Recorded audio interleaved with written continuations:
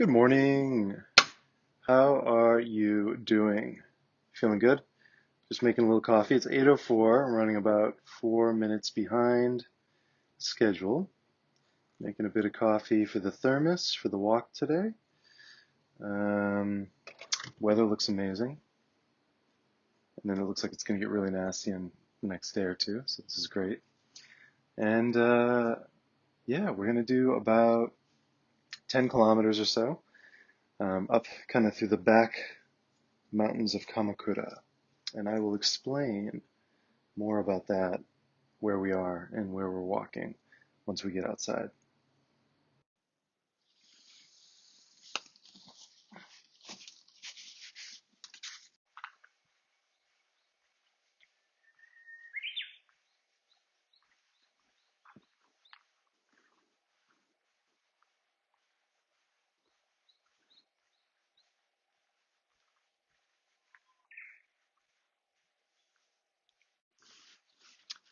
So it's pretty nice walking through my neighborhood. People are saying hello to me. I think they all think I have corona, so getting a little bit of weird looks.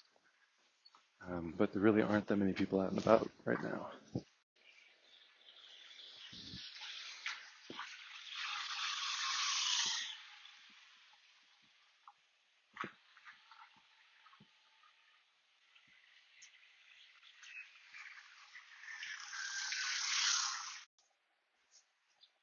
So before we get up into the mountains, we have to walk just about a kilometer along the road.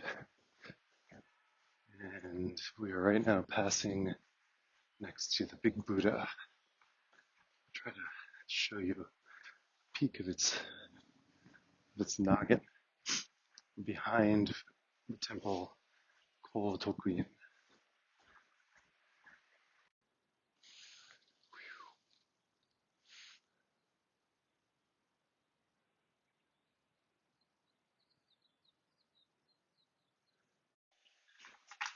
So that was the top, tippity top curls of the Big Buddha. And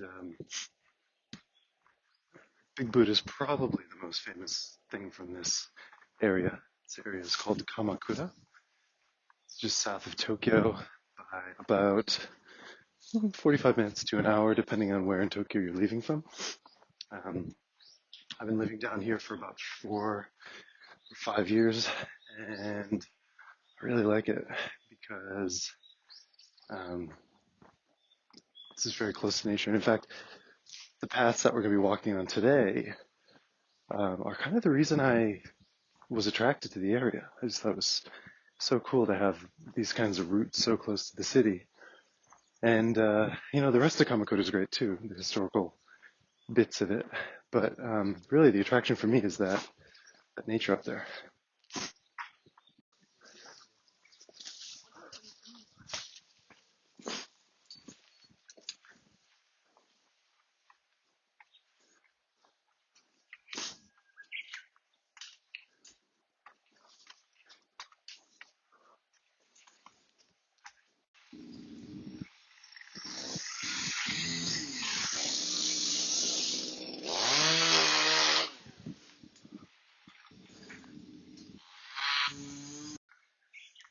Whew! All right, so we're up in the mountains-ish, or the hills at least.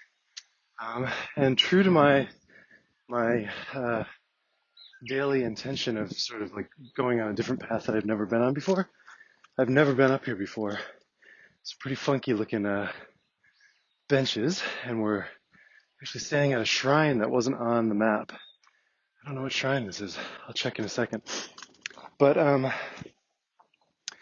yeah. Anyway, so there are literally like I don't know 100 different ways to get up into the mountains here in Kamakura, and the paths kind of snake all around and behind the city.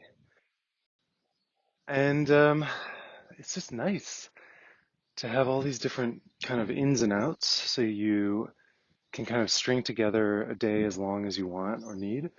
I mean, you could literally do a 50K walk if you really wanted to, kind of tracing down the peninsula here. But the Buddha that we just walked past back down the road, it it's been almost destroyed half a dozen times. It's really interesting. It's about 800 years old. It weighs about 121 tons, made of bronze. And the last time it was almost destroyed was a couple hundred years ago when a tsunami came up into, because we're very close to the ocean, you'll see in about an hour or so, we're going to get to the ocean, um, came up and wiped away the building that was surrounding the giant Buddha. So now it just sits outside. So someone asked, where's your mask? Why don't you have a mask on? And I don't have a mask on because I only have a couple masks. I don't have that many. And honestly, I think I need a mask more for pollen and hay fever than I do for corona today. The intent is to basically see nobody. So, aside from a couple of folks down there working that I was able to kind of stay fairly distant from as we passed, I expect to see very few people up here in the mountains today. We'll see. Maybe it'll be loaded, but I don't think it will be. So I'm on a ridgeline right now. I'll show you where I am. This app I'm using is called Filmic Pro, and it does a lot of nice things, but switching cameras easily is not one of the nice things it does. So you can see that this is a fairly tight path up here, up on this ridgeline, kind of between two valleys. And actually this area is called Hase, and if you look at the kanji are long valley. So this whole area is kind of made up of a lot of long valleys snaking like fingers back into the mountains.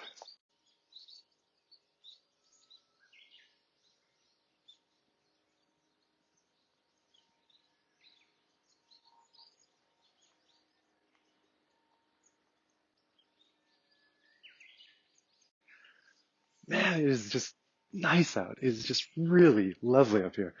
I'm so grateful to be able to hop out and have this in the backyard. And even in times like this when it's a little bit weird to go out, I'm pretty sure I will always be at least 6 feet or 2 meters away from everyone. I'm going to show you a little peek of the town that we just kind of walked up out of. You can kind of see the valley situation going on through these trees here.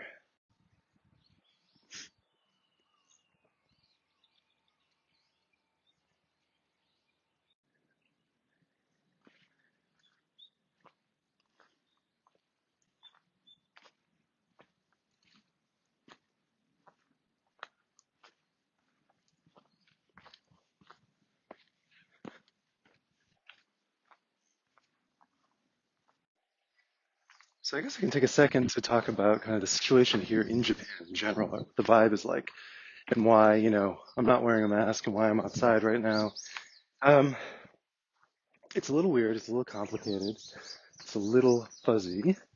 Um, Japan was very preemptive in their response to Corona. I mean, in part because Chinese tourists are quite a large percentage of the tourists here in Japan, and we were tracking what was going on in China, and we sort of preemptively, because China was so close and so many people were coming over, start to kind of shut things down pretty early, and people were taking care back in early February. In fact, all the toilet paper disappeared by mid-February. So we had our toilet paper crisis way before the rest of y'all had your toilet paper crises. And since then it's been in a state of schools are closed, so all the kids are home. Some being homeschooled via video, some just by parents, some just running around at the beach doing nothing. Hotels have not closed. Museums closed. Hakubutsukan and Bijutsukan. And they ran the sumo tournaments with no spectators. This is about 2 or 3 weeks ago. And in the last week or so, everyone has just gotten really loose about it. And it's kind of freaking me out. Ooh, there's some squirrels. Just scared the shit out of me behind me. Um, so yeah, everyone's just gotten really relaxed. People are going out to bars, people are going out to restaurants. And then just last night, the governor of Tokyo said, hey, look, we got to take this seriously. We just had the most number of cases reported in Tokyo ever yesterday, which was, I think, about 40 or 50. So it's not insane numbers like it is in New York. And they are actually testing here. They're doing 3,000 or 4,000 tests a day, which is not a lot, but the testing is happening. It's not in the hundreds or whatever. Um, and so the governor last night said, look, we got to be a little more careful. And so this weekend, please don't go out. Please stay home, shelter. And so that's kind of where the situation is right now. And I'm hoping everyone kind of abides by it, you know, even though I'm out here. I wouldn't be out if I knew I wasn't going to be alone. And I hope everyone abides by it and we're able to keep it down. Even though the kind of general outdoor vibe of folks has been pretty loose, I've been pretty strict with myself. I haven't been out to a restaurant or cafe really at all. I popped into one last week for a quick dinner, but other than that, I've been entirely at home, cooking entirely at home, going out just to get groceries and then coming right back, and then just leaving the house to go on these walks to make sure, you know, keep the chemicals, good exercise chemicals flowing. Got to keep those exercise chemies, exi-chemies going. Can't let those drop. So that has been my take on it. Remove myself from the equation as much as possible, and you know, for the benefit of all. I just hope the rest of the country adopts that mindset for a couple weeks, starting this weekend. So we'll see. So enough Corona jibber jabber. We'll leave it at that. I hope you're all doing okay. Let's talk about why these paths exist for a second, and why this area is the way it is. So Kamakura used to be the capital of Japan, pre-Kyoto. This is some 800 years ago. And these routes, these paths along the mountain were part of the reason why it was chosen, because it was so sort of secluded on three sides and then has the ocean on the other side. So it was kind of an ideal place to base yourself if you want to protect yourself.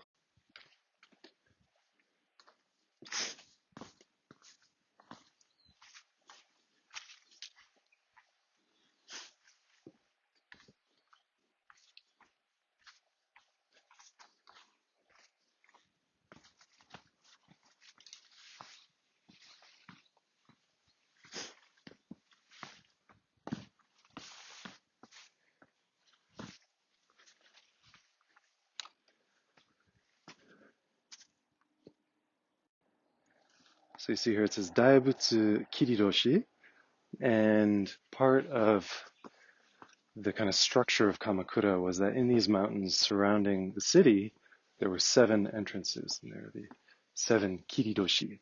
And so essentially mountain passes that could be protected is how you can think of them.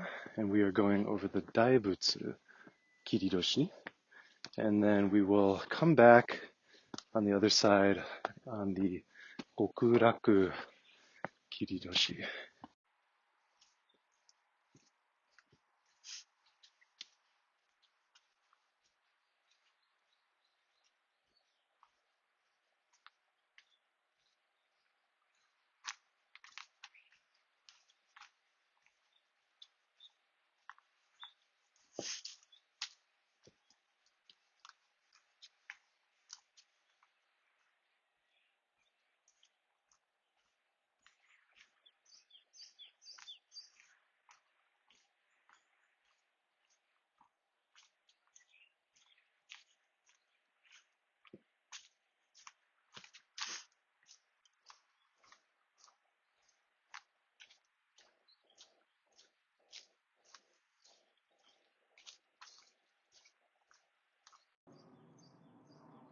This is a good example over here of just how the path really just plops right out into neighborhoods. Bloop. Some houses and stuff over there, and then it keeps on going up.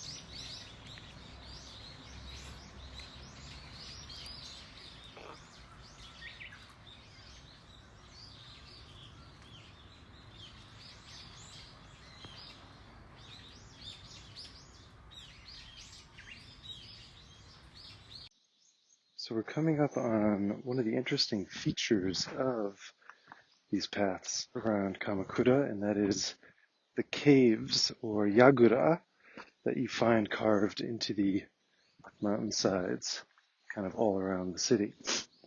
And these were, I think they were used as tombs, essentially. And I believe during World War II, from what I hear, they were also used as kind of raid shelters. So folks would, if they heard the bombing sirens go off, run up into the mountains. And there's some, or on the other side of the city, there's some that are a little more extensive, and they would go hide in them.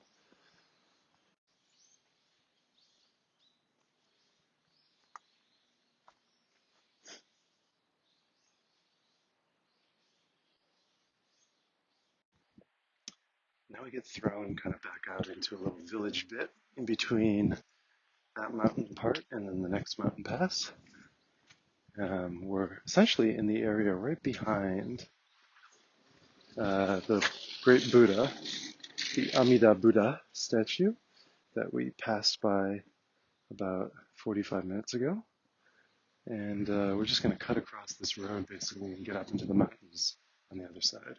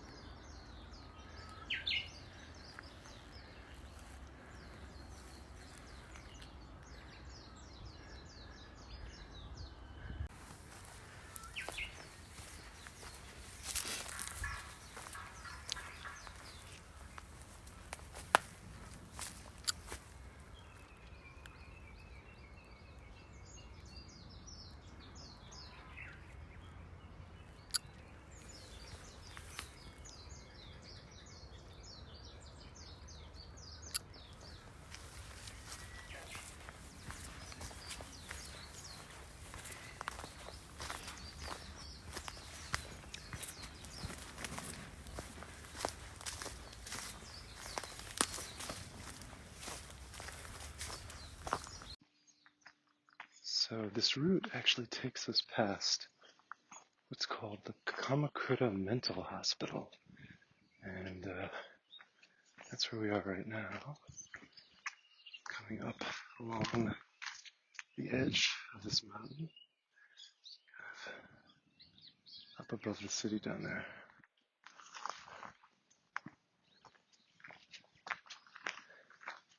And into this kind of beautiful sakura lined road up above.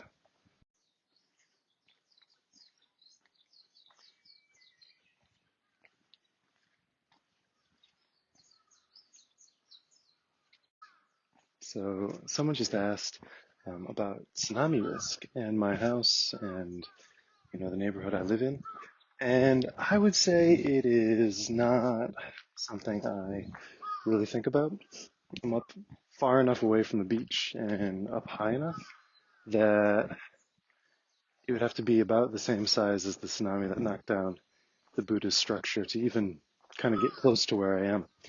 And my impression is that the walls and the outer edge of the city facing the beach and the ocean have been significantly upgraded since 200 or 300 years ago.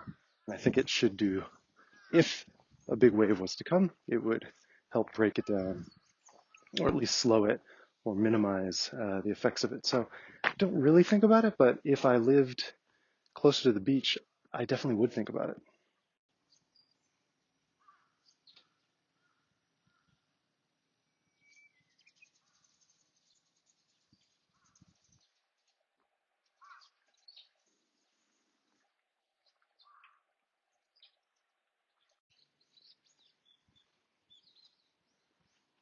So this is one of my favorite little views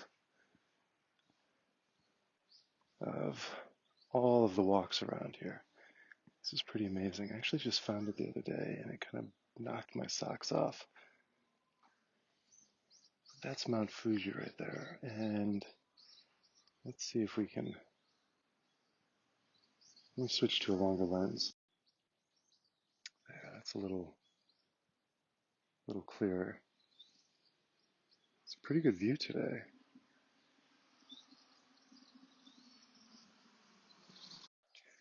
But these views of Fuji are kind of what make it fun to sort of walk around, actually back in this direction, in all the little neighborhoods over there, towards Fujisawa, because you'll be walking and then you turn the corner and boom, there's Fuji. It's a very elusive, mysterious creature, Mount Fuji.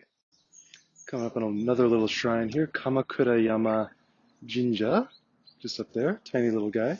Take a peek. This little shrine is here to protect the fishermen. Apparently it was built only about 80 years ago. It's not too old, but it's been up here for a little while. And now it protects the upper middle class housing complex that was built in the last 30 or 40 years.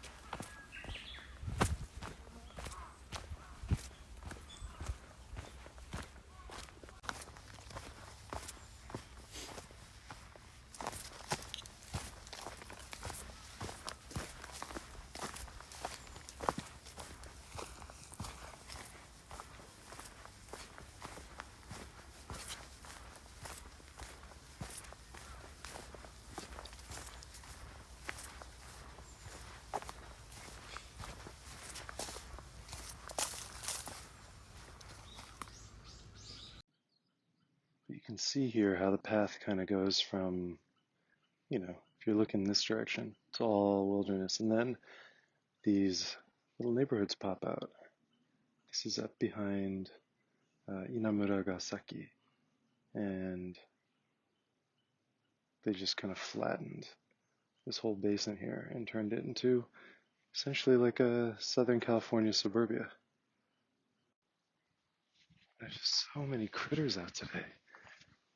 All these different birds and squirrels, and it's probably some, shishi somewhere in the back there. I saw some digging in the ground that seemed to indicate they might be around. Sometimes when I come home late at night and my bike light shines in the woods behind my house, I hear a bunch of fairly large sounding things scramble up. We got another view of Fuji here, kind of up above this neighborhood. It's a lot tough to see with this camera, but it's you'll have to take my word for it. It's just kind of sneaking back there a little bit.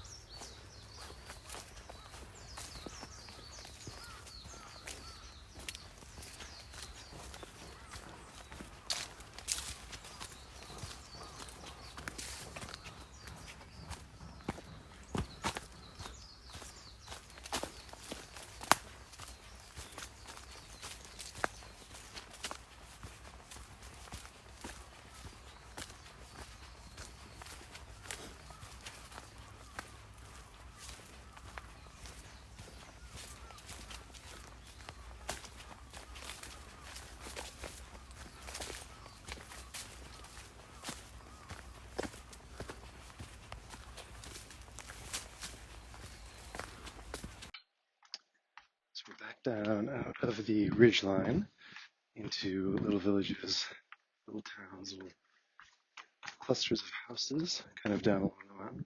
And we're going to come up into a very funky, weird space right here, which is called, what's it called? Camp Inc. Kamakura. Some sort of rental camping ground. But I've never seen anyone here. And so we are just going to use this for our coffee break. I feel like this is nicely emblematic of the vibe of Kamakura in general, surfing and mountains. So you go hike in the mountains and you run down there and get a nice surf in the morning. Even though The surf sort of around the Uigahama area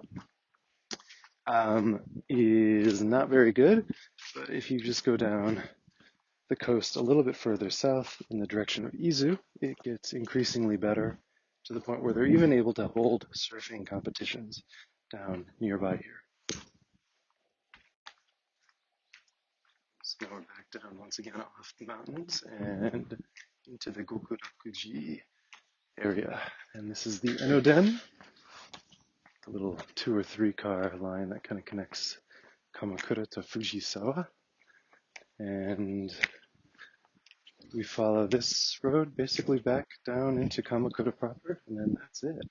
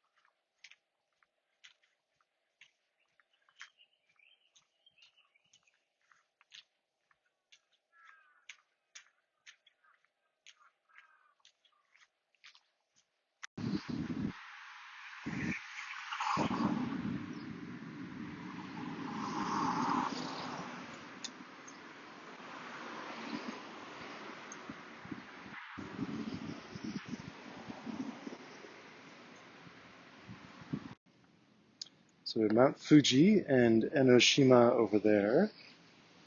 Someone's surfing down there. And then a very corona unconcerned yoga class going on up in the park here. Guys, take a break.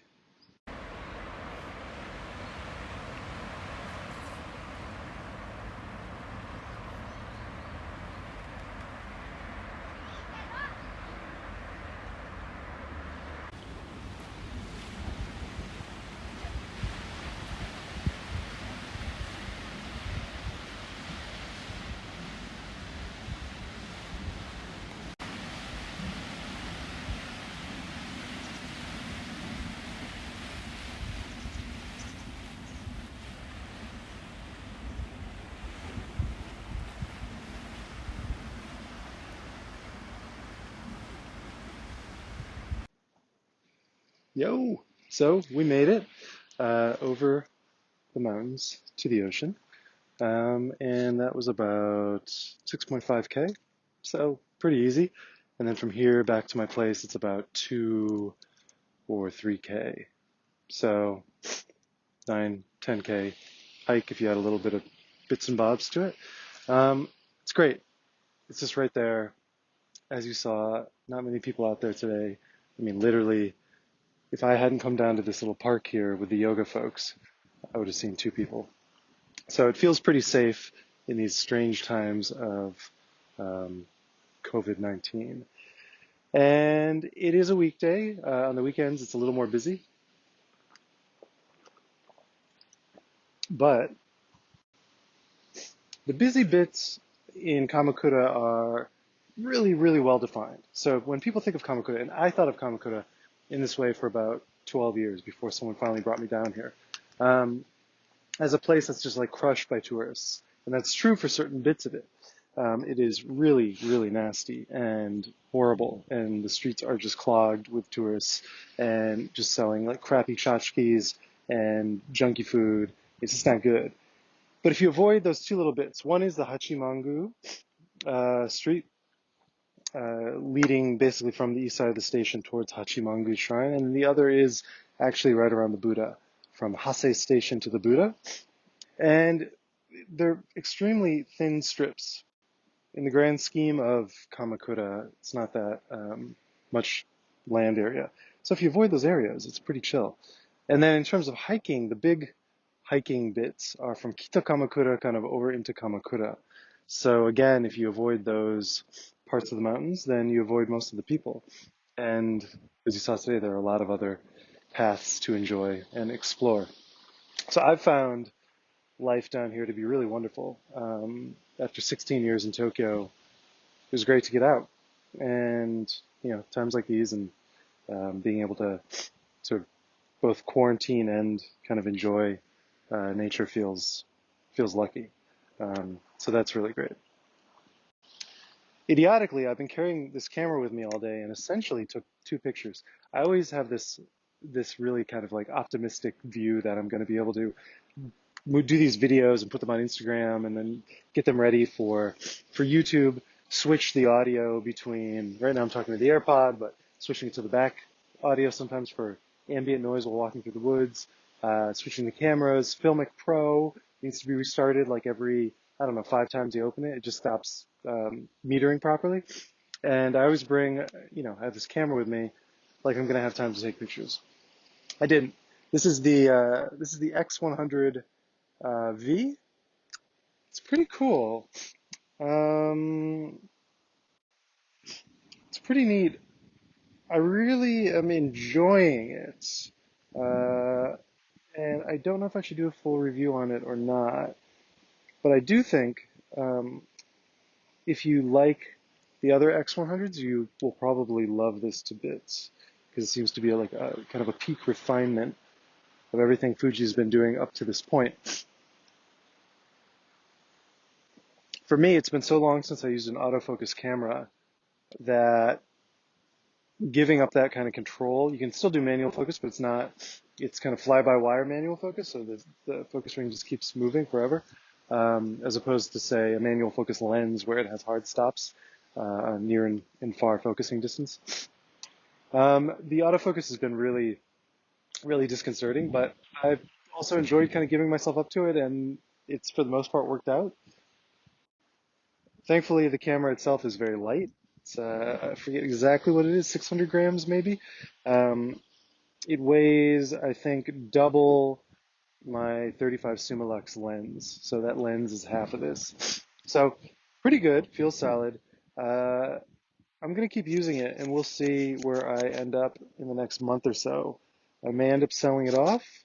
I may end up keeping it because it does really good close focusing, which none of my other cameras do. And I think it'd be really good for product shots and photographing books. So we may just keep it for that. But it's also a nice light, not really worried about a camera too.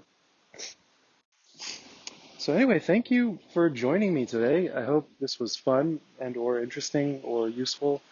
It's a weird time right now, and I just thought, even though I'm not traveling somewhere particularly interesting or unique, I'd share this little bit of my neighborhood and my life with all of you. And thank you for following along, and thank you for your support. And I look forward to doing this again soon on the Tokaido or some other routes over near Koyasan that I'm planning to explore later this year. So thanks. Have a good one. Bye bye.